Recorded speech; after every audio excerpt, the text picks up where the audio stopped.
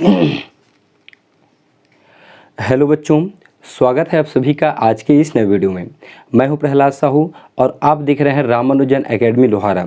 तो आज का हमारा टॉपिक है संपर्क में रखे पतले लेंसों का संयोजन। ये जो टॉपिक है वो लेक्चर नंबर 4 होगा। इससे पहले इस चैनल पर लेक्चर नंबर 3 आपको मिलेगा। लेक्चर नंबर 3 का नाम है लेंस सूत्र। उसी के क्रम को हम आगे बढ़ा रहे हैं। बीच में अभी मैं एक वीडियो डाला था आर और एफ में संबंध, वो क्रम से थोड़ा अलग चला गया था। और लेंस सूत्र जो हमने वीडियो बनाया था उसके बाद का हमारा टॉपिक होगा संपर्क में रखें पतले लेंसों का संयोजन। ये जो टॉपिक है वो गोलीय पृष्ठ से अपवर्तन से लिया गया है और ये गोलीय पृष्ठ से जो अपवर्तन है वो आता है प्रकाशिकी अर्थात रे ऑप्टिक्स में, ठीक, किरण प्रकाशिकी में ये आता है। तो आज हम इसके बारे में अच्छे से जानेंगे, इसकी गणितीय व्याख्या को भी बहुत अच्छे से समझेंगे। तो वीडियो में आप अंत तक बने रहिए, आपको पढ़ने में बहुत मजा आने वाला है, आपका एक एक चीज़ क्लियर हो जाएगा। ये जो चित्र है वो पहले से बना के रख दिया हूँ मैं, क्योंकि इसको बीच बीच में बनाने में दिक्कत तो नहीं जाता है, लेकिन अच्छे से नहीं बन पाता है, ठीक। फिर भी इसको मैं रफली आपको समझाऊंगा यहाँ पे। वीडियो यदि आप एक बार देख लिए ना अच्छे से ध्यान से, तो मैं आपको गारंटी देता हूँ कि आपको अच्छे से समझ आ जाएगा और थोड़ी सी और मेहनत आप करोगे तो इसको पेपर में आसानी से बना सकते हो। तो आइए देखते हैं हम दो लेंस, यहाँ पे एक उत्तल और एक अवतल लिया जाता है, ठीक। और स्टार्टिंग का जो फर्स्ट चित्र है इसमें दोनों उत्तल लेंस हैं और सेकंड में जो चित्र बना हुआ है एक उत्तल है और दूसरा अवतल है। इस चित्र के बारे में यदि आप समझना चाहते हैं और अच्छे से, तो लेंस मेकर फार्मूला का वीडियो बना हुआ है, उस वीडियो को आप देख सकते हैं। और लेंस मेकर फार्मूला का जो वीडियो बना हुआ है वो पेपर के लिए मोस्ट IMP है, ठीक। कोई भी बोर्ड हो, चाहे CG हो, चाहे MP हो, चाहे UP बोर्ड हो या बिहार बोर्ड हो, कोई भी बोर्ड हो। चलिए सबसे पहले हम समझते हैं इस चित्र को, ठीक। चित्र को समझने के बाद इसका वर्णन आपको कैसे लिखना है वो आपको बता दूंगा और इसका व्यंजक भी आपको अच्छे से बता दूंगा, ठीक। तो चित्र देखिए, सबसे पहले मैं लेंस L1 को लेता हूँ, ठीक। थोड़ा सा बड़ा ले लेता हूँ मैं, इसमें आप मेरे को समझाने में आसान पड़ेगा, ठीक। लेंस L1 ले लेता हूँ मैं, ठीक। ये लेंस L1 है। अब यहाँ पे वस्तु रखा है वो इस पृष्ठ पर आपतित होता है, ठीक। इस पृष्ठ पर आपतित हुआ मतलब ये कौन सा बिंदु कहलाएगा? आपतन बिंदु कहलाएगा। क्या कहलाएगा? आपतन बिंदु, ठीक। देख लेता हूँ मैं मोबाइल का जो वीडियो है वो ऑन है कि नहीं, क्योंकि एक बार और बनाया था तो वो वीडियो ऑन ही नहीं था, फिर वो रिकॉर्ड ही नहीं हो पाया, ठीक। चलिए यहाँ से ये हमको आपतन बिंदु मिल गया। अब परावर्तन का नियम ये होता है जिस पृष्ठ पर आपतन बिंदु होता है उसी पर अभिलंब और परावर्तन बिंदु तीनों एक ही पृष्ठ पर होते हैं। मतलब यहीं से आपको परावर्तन मिलेगा और यहीं से आपको अभिलंब मिलेगा। तो अभिलंब ज्ञात करने के लिए हम एक काम करते हैं, इस लेंस से हम ऐसे गोला बना लेते हैं, ठीक। ये इस तरह से, तो गोला का सेंटर ये होगा। अब सेंटर और ये बिंदु जब मिलेगा मतलब परिधि, तो वो क्या होता है? लंब होता है और इसी को हम कहेंगे अभिलंब। तो अभिलंब इसमें हमको इस तरह से मिला। अभिलंब और आपतित किरण जो कोण बनते हैं उसको आपतन कोण कहते हैं। ये जो बाहर वायु है ये क्या होगा? विरल माध्यम, और लेंस क्या होगा? सघन माध्यम। विरल माध्यम से जब सघन माध्यम में कोई किरण आपतित होता है तो वो अभिलंब से क्या होता है? अभिलंब की ओर झुक जाता है। तो ये अभिलंब है और किरण यहाँ आपतित हुआ, ठीक। अब यहाँ से क्या होगा? ये सघन में जाएगा, तो सघन विरल से सघन में जाता है तो अभिलंब की ओर झुक जाता है, मतलब इस तरह से इसमें क्या होगा? झुकेगा। तो ये किरण इस तरह इधर आएगा। जितना कोण आपतन कोण है उतना ही क्या होगा? यहाँ पे परावर्तन कोण भी होता है, ठीक। और ये हो जाएगा आपका प्रतिबिंब, I1 नाम दे देते हैं हम इसको, सेकंड। अब जैसे हम यहाँ पे एक उत्तल लेंस और लाएंगे इस तरह से, ये उत्तल लेंस, ठीक। ये अभिलंब है, याद रखना C। तो इस उत्तल लेंस के लिए इस तरह से हम फिर गोला बनाएंगे, ठीक, ये इस तरह से। अब यहाँ पे इसका लिए सेंटर ये होगा C। तो देखिए ये जो पृष्ठ है ये क्या होगा? आपतन कोण के लिए होगा, ठीक। ये जो हमारा रेखा है यहाँ पे, ये जो जैसे ही लेंस आएगा तो ये जो अंदर में ये रेखा ही क्या करेगा? यहाँ से ये आपतित किरण होगा, ठीक। मतलब I1 इसके लिए वस्तु का कार्य करेगा, लेंस L2 के लिए I1 वस्तु का कार्य करेगा। अब यहाँ से हम देखें तो ये हमको अभिलंब मिलेगा, ठीक। अब अभिलंब इस तरह से मिला। अब इसको यदि हम मान लेते हैं आपतित किरण, इसके लिए है, इसके लिए यहाँ से आ रहा है तो ये हो जाएगा इसका आपतन कोण। जितना आपतन कोण होता है उतना ही क्या होता है? परावर्तन कोण होता है।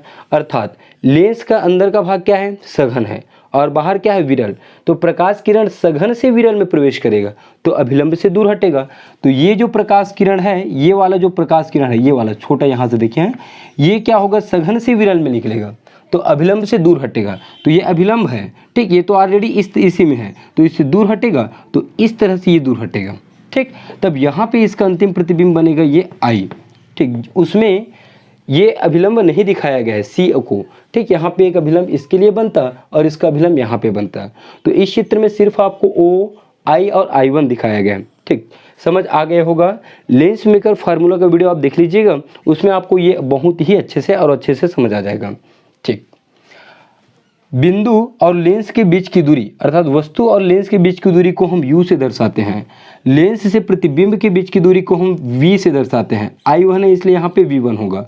अब ये जो I1 है इस लेंस के लिए वस्तु का कार्य करेगा, तो ये V1 को ही हम दूसरी लेंस के लिए, ठीक, V1 को ही हम दूसरे लेंस के लिए क्या मान लेंगे, वस्तु मानेंगे। और उसका अंतिम प्रतिबिंब I पर बनता है तो इसके लिए प्रतिबिंब की दूरी हो जाएगा V, ठीक। जो काम इसमें हुआ है सेम टू सेम वही काम इस उत्तल और अवतल में भी होता है, ठीक। तो चलिए अब हम देखते हैं इसके वर्णन। तो वर्णन आप सुन लीजिए, उसके बाद इस लेक्चर का आपको PDF मिल जाएगा। एक नंबर दे रहा हूँ, इस नंबर में आप मुझे व्हाट्सअप करिए, इस लेक्चर का PDF आप उसमें आपको मिल जाएगा ये, ठीक, 8827794489। फिर भी वर्णन एक बार समझ लीजिए। देखिए, माना L1 और L2 दो पतले लेंस हैं जो एक दूसरे के संपर्क में रखे हैं। इनकी फोकस दूरी स्मॉल f1 और स्मॉल f2 है, ठीक। बिंदु वस्तु मुख्य अक्ष पर रखा हुआ है, बिंदु O पर, ठीक, आपतित होता है L1 पर और L1 पर आपतित होता है तो उसका प्रतिबिंब I1 पर बनता है। प्रतिबिंब I1 लेंस L2 के लिए वस्तु का कार्य करता है जिससे उसका अंतिम प्रतिबिंब I पर बनता है। U को हम कहेंगे L1 के लिए वस्तु की दूरी और V1 को हम कहेंगे L1 के लिए प्रतिबिंब की दूरी और L2 के लिए V1 को ही हम वस्तु कहेंगे और L2 के लिए I को हम कहेंगे प्रतिबिंब, ठीक। चलिए व्यंजक में आपको अच्छे से समझ आ जाएगा। सबसे पहले यहाँ पे आप लिखेंगे वर्णन करके, ठीक। वर्णन मतलब होता है चित्र के बारे में आपको थोड़ा सा बताना होता है। वर्णन के बाद हम व्यंजक निकालते हैं, ठीक। इसको अच्छे से साफ कर लेते हैं।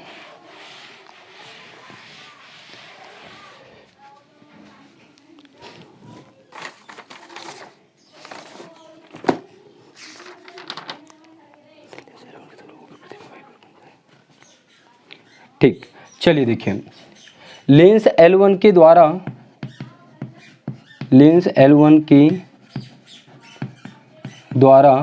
O का प्रतिबिंब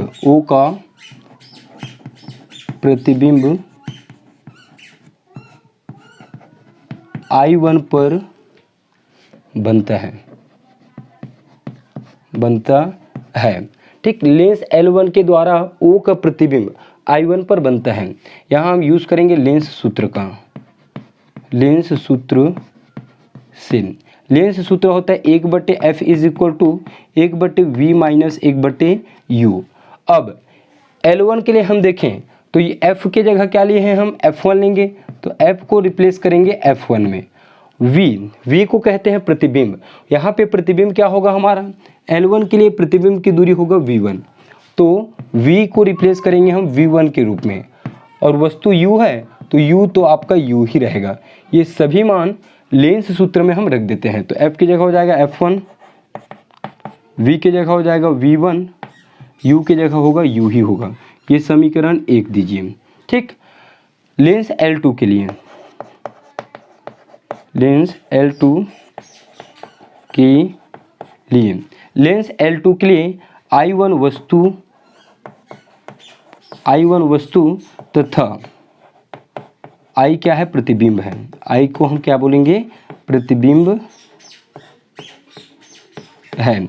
इस स्थिति में देखिए F अर्थात फोकस दूरी दूसरे लेंस के लिए क्या लिए हैं, F2 लिए हैं। दूसरा है V मतलब प्रतिबिंब की दूरी। प्रतिबिंब क्या होगा, I के लिए, ठीक। L2 के लिए प्रतिबिंब होगा I, तो I के लिए दूरी हो जाएगा V, तो V की जगह हम V ही रखेंगे, ठीक। वस्तु की दूरी U,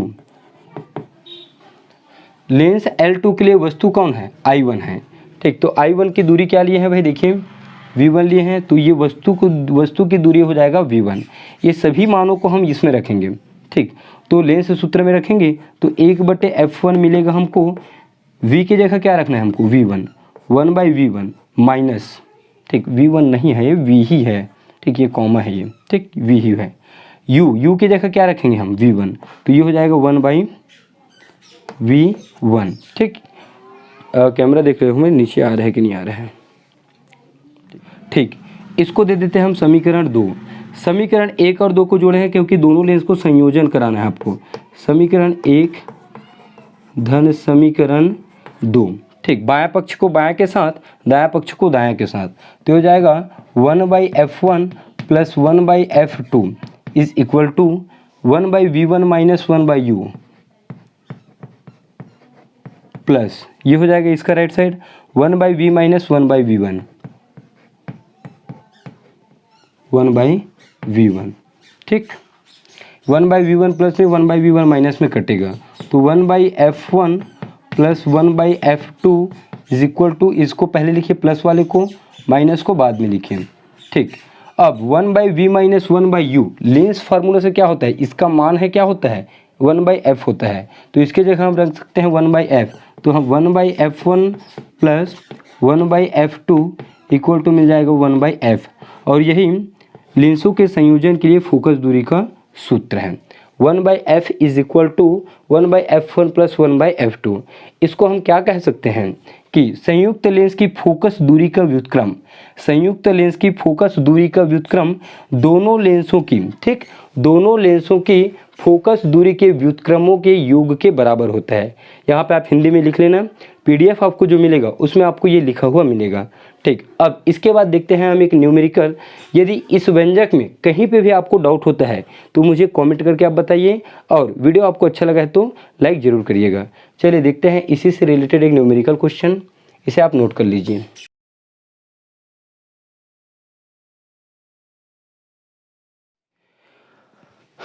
ठीक, चलिए अब देखते हैं हम एक न्यूमेरिकल उसी पर आधारित, ठीक। ये है हमारा क्वेश्चन मैं एक बार पढ़ लेता हूँ। 20 सेंटीमीटर फोकस दूरी का एक उत्तल लेंस 25 सेंटीमीटर फोकस दूरी के अवतल लेंस के संपर्क में है। संयुक्त लेंस की फोकस दूरी ज्ञात कीजिए तथा इसकी क्षमता भी ज्ञात कीजिए। अर्थात ये वाला चित्र हम बना सकते हैं जिसमें उत्तल लेंस की फोकस दूरी आपको दिया है 20 सेंटीमीटर और अवतल लेंस की फोकस दूरी आपको दिया है 25 सेंटीमीटर। तो दिया है करके चलिए हम इसको लिख देते हैं। दिया है F1 अर्थात उत्तल लेंस की फोकस दूरी कितना है 20 सेंटीमीटर, ठीक। F2 मतलब अवतल लेंस की फोकस दूरी, अवतल लेंस की फोकस दूरी ऋणात्मक होती है तो ये -25 सेंटीमीटर होगा। लेंस के संयोजन का सूत्र होता है 1/f is equal to 1/f1 plus 1/f2। मान रखिए F1 की जगह रखेंगे हम 20 ये प्लस, और F2 की जगह रखेंगे -25, ठीक। ये तिर्यक गुणा करिए 25 से कम 25, माइनस और प्लस क्या होगा माइनस, 20 से कम 20 बटे यहाँ पे माइनस आएगा क्योंकि माइनस इस प्लस को माइनस बना देता है, और 25 दूनी 50, ठीक। 25 और 20 का गुणा करेंगे तो 500 आ जाएगा। 25 में 20 घटा देंगे तो हमको मिलेगा 5 और बटे में मिल जाएगा ये 500। 5 से काटिए 5 एकम 5 और 5 0 0, ठीक। तो 1/100 होगा। ये किसका मान मिला आपको 1/f1 का मान। तो f का मान क्या मिलेगा, ये मिल जाएगा 100 सेंटीमीटर, ठीक। f का मान मिल जाएगा आपको 100 सेंटीमीटर। क्षमता का फॉर्मूला होता है, क्षमता इसको हम P से दर्शाते हैं। क्षमता का फार्मूला होता है 100/f डाईऑप्टर। क्या लिखते हैं इसको, डाईऑप्टर। तो f का मान यहाँ रख दीजिए तो P इक्वल टू हो जाएगा 100/100। ये कटेगा तो क्षमता मिल जाएगा आपको 1 डाईऑप्टर ये, ठीक। इस तरह से इसका न्यूमेरिकल बनता है, और भी न्यूमेरिकल आप बना सकते हो। यदि आपका ये जो कॉन्सेप्ट है फार्मूला आपको याद है, ठीक, तो आप न्यूमेरिकल बड़े ही आसानी से बना सकते हो। तो इस तरह से हमारा जो वीडियो है वो कंप्लीट होता है। वीडियो आपको अच्छा लगा है तो लाइक करें, अपने फ्रेंड लोगों को शेयर भी कर दीजिए, साथ ही साथ चैनल को सब्सक्राइब भी कर लीजिएगा। ठीक, फिर मिलते हैं नेक्स्ट क्लास में नेक्स्ट वीडियो के साथ। नेक्स्ट टॉपिक रहेगा हमारा प्रिज्म से रिलेटेड। ठीक, बहुत जल्दी है प्रिज्म से रिलेटेड हम वीडियो लेके आएंगे। उसके बाद फिर तरंग प्रकाशिकी का भी कुछ कुछ वीडियो बन चुका है, उसमें से 2 से 3 टॉपिक आपको और पढ़ाना है, फिर हम निकल जाएंगे उधर आगे में फिर। ठीक, तो चलिए फिर बहुत जल्दी ही हम आप नेक्स्ट वीडियो लेकर आते हैं। मिलते हैं नेक्स्ट क्लास में, तब तक के लिए जय हिंद, वंदे मातरम।